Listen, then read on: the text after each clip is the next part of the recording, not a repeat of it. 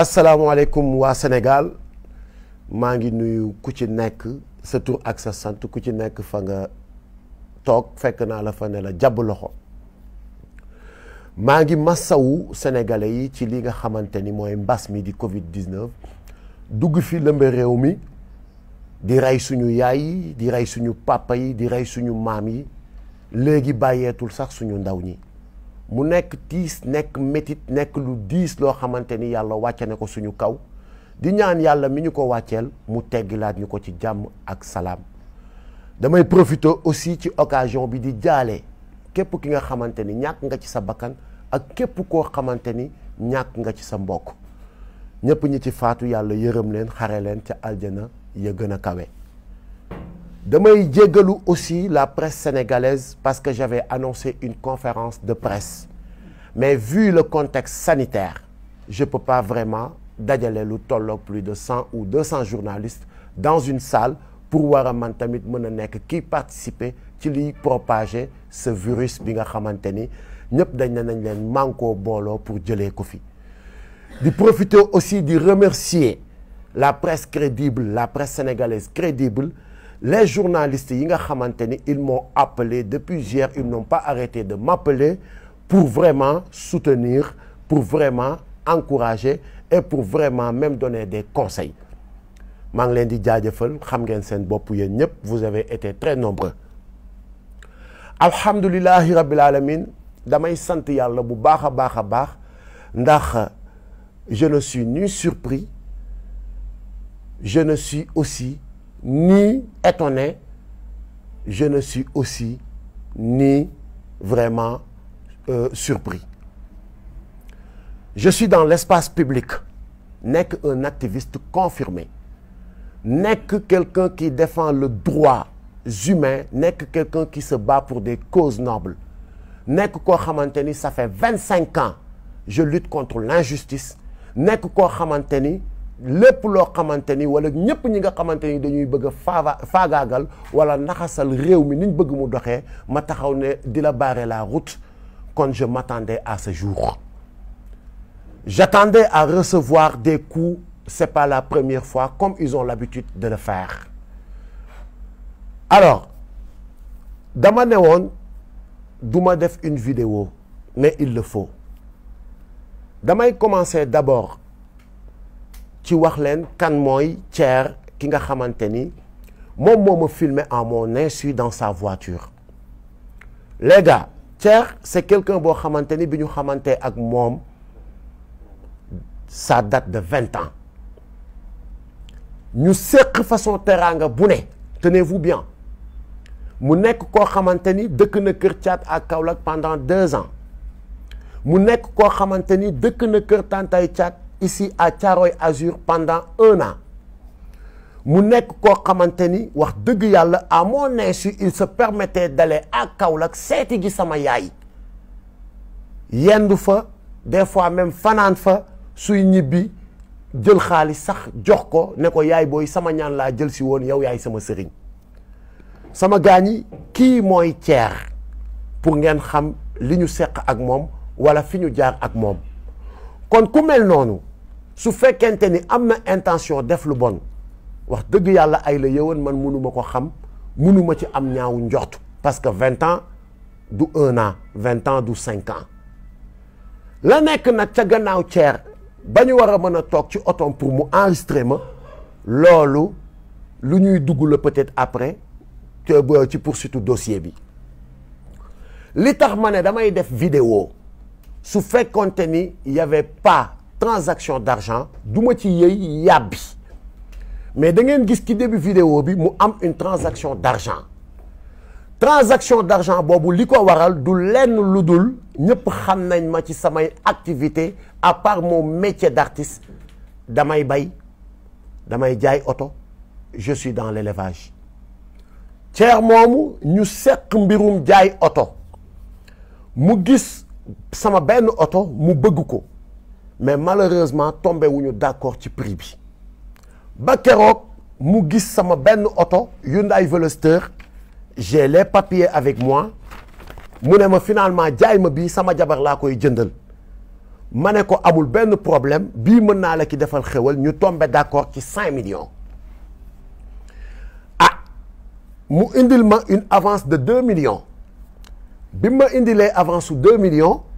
demaat tuuti 30 minutes woo ma ne ma dama fàtte suma kalpe sama carte ki la ne et je dois 500 000 à quelqu'un maa ngi wàññeekuwaat nga abal ma 500 000 bi ma ne ko d'accord mu ñëwaat ma jox ko 500 000 bi garder les 1 million 500 film boobu ngeen di gis ci début bi ma toogee ci oto bi ñu waxtaan plané entre copains mu yëkkati 3 millions jox ma ko pour le reliquat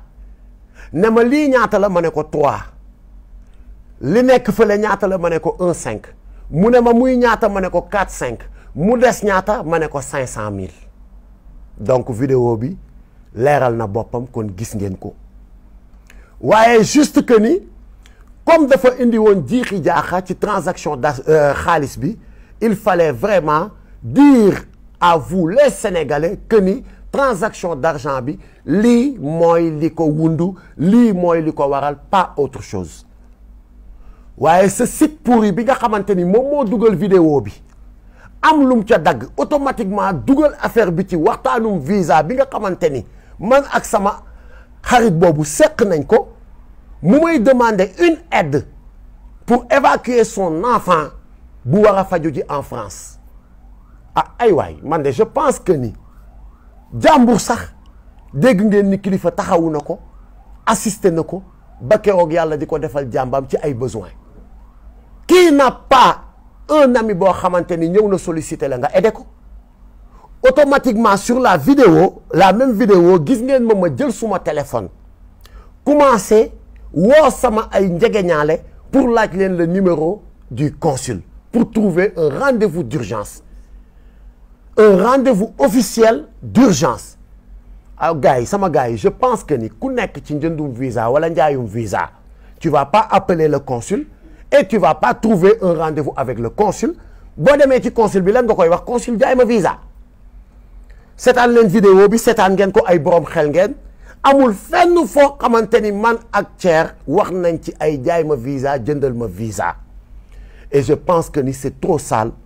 benn site bu pourri taxaw xëy xaw ma lan la ci jublu pour faagaagal ay citoyens Thier nag bi nga xamante ni moom expliquer naa leen fi ñu jaar ak li ñu seq loolu lu ñuy lijjanti la avec la justice. ca site boobu ma gis ñu bind escroquerie trafic de visa gis même un jugement gis même que ni man dama am sa ay plainte sama dos man de yéen sénégalais yi fi ma toog di wax ak yéen amul benn police boo xamante ni woo na ma wala benn gendarmerie ne ma kilifa da nga fi am une plainte tu dois venir répondre ba fi may wax ak yéen dégguma ko yëguma ko amul ndax sequma ak benn sénégalais lu muy xëyee war ma mun a porter plainte site boobu jugé ma te man dew ma tribunal taxawuma devant le juge ba juge bi génne ay verdict di ma taxé de escroquerie ak de trafic de visa ah loolu sama gars yi c'est un site qui est habitué à ces faits képp koo xamante ni da nga jóg pour taxaw empêcher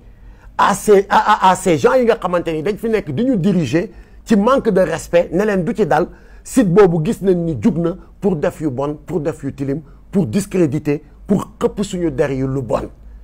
waaye bii paa nag ah duñ ci génnee noonu du yombee noonu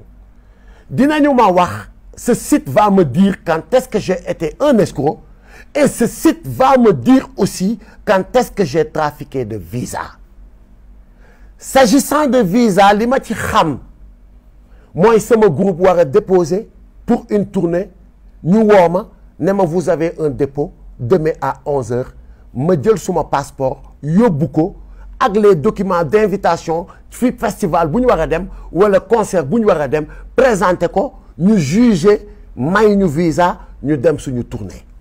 ñibbi si waat ci jàmm ak salaam damay wax nag vous les journalistes damay wax aussi la gendarmerie et la police allez faire des investigations ndax man kilifa Landing Mbessane Seck mës naa taxaw ci benn ambassade ànd fa ak doomu aadama budul caat mi ma seqal liggéey wala Gadiaga wala Zmasta suñu DJ wala suñu musiciens yi ñuy àndal taxaw naan damay demander visa wala damay ñaan visa. dem leen ngeen defi cette investigation parce que c'est très important. Il s'agit d'une accusation grave et les Sénégalais aussi ont besoin de savoir et de comprendre ñan ñoo nekk ci dëkk bi nekk ñoo xamante ni seen intention du lenn lu dul saltel ak tilimal deru des honnêtes citoyens. may ñaan aussi notre justice mu autosaisir sur cette affaire parce que warul yem rek tamit ci benn site xëy na bind woy après tilimal der dugg na fi génn fi ñu bàyyi noonu mu jàll mu autosaisiru. Je suis disponible, je ne bougerai pas de ce pays maa ngi fi tukki wu ma dew ma fenn et j'attends une convocation venant de la justice su fekkente ni lii ñu may tudd dama ci laale wala dafa am faites votre travail et pour le moment ñi nga xamante ni nag ñooy mes camarades de combat pour ne pas les gêner je mets en suspens mes activités dans le mouvement Y en a marre pour mettre leen à l'aise pour wan leen ni que ni cette affaire n'a rien à voir avec ay Y en a marre ak avec ay affaire de je sais pas quoi nu ma ko mën a expliquer. Maintenant lépp li nga xamante ni nag mooy lu war a jëm ci mbirum justice tamit ah duñ na yàkk ni yasar on a consulté nos avocats. On a parlé avec nos avocats ils vont ñu ngi ciy liggéey au moment où je vous parle et dinañ ci def li nga xamante ni moo war sama gars yi j'avais pas besoin d'être très long parce que cette affaire est simple ñi ma woo ñëpp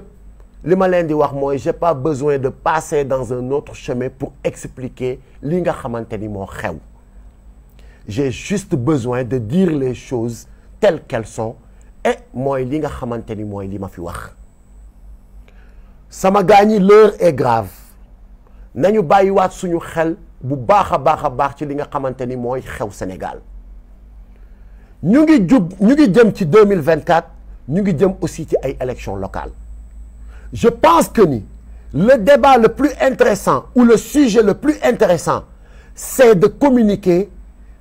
essayer d'inciter les jeunes pour que ñu dem inscrire sur les listes électorales pour préparer une bonne relève pour des élections aussi transparentes li nga xamante ni tey jii mooy le sujet ñu ngi jëm ci 2024 ah dañ fiy aaye troisième mandat su fekkente ni nag looloo tax je n'accuse nag personne mais bu fekkente ni looloo tax ngeen bëgg a divertir les Sénégalais man kilifa gisuma luy tee ba duma taxaw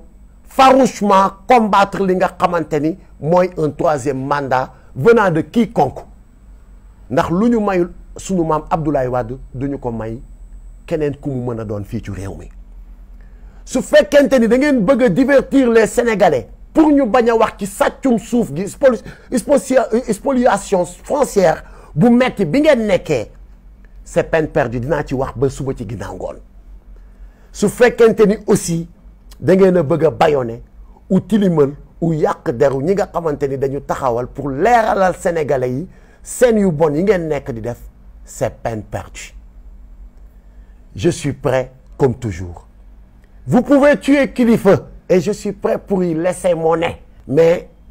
vous aurez en face de vous plus de 5 millions de Kilifeu là cette jeunesse est éveillée maintenant cette jeunesse ne va pas être manipulée cette jeunesse ne va pas être bâillonnée cette jeunesse nous allons vous barrer la route donc bu fekkente ni Kilifeu mooy seen cible pour bu ngeen ko éliminer vous allez bâillonner la jeunesse vous vous trompez donc maa ngi ñaan yàlla def jàmm ci réew mi def ko ci àdduna bi jëlee fi mbas mi musal ñu muccal ñu di jéggaluwaat sénégalais yi di remercier waat ñëpp ñi nga xamante ni de près ou de loin ils m'ont soutenu sur cette épreuve di encore remercier waat ñi nga xamante ni j'ai reçu votre message ci sama messenger ci sama Facebook ci sama Instagram ci sama jumtukaay yi may waxee yëpp maa ngi leen di remercier et merci encore pour votre soutien Kilifeu est là et il ne va jamais trahir le combat. Je vous fais confiance, faites-moi confiance. Jaa ngeen jëf, je vous remercie. Yàlla na jàmm yàgg Sénégal. One love les amis.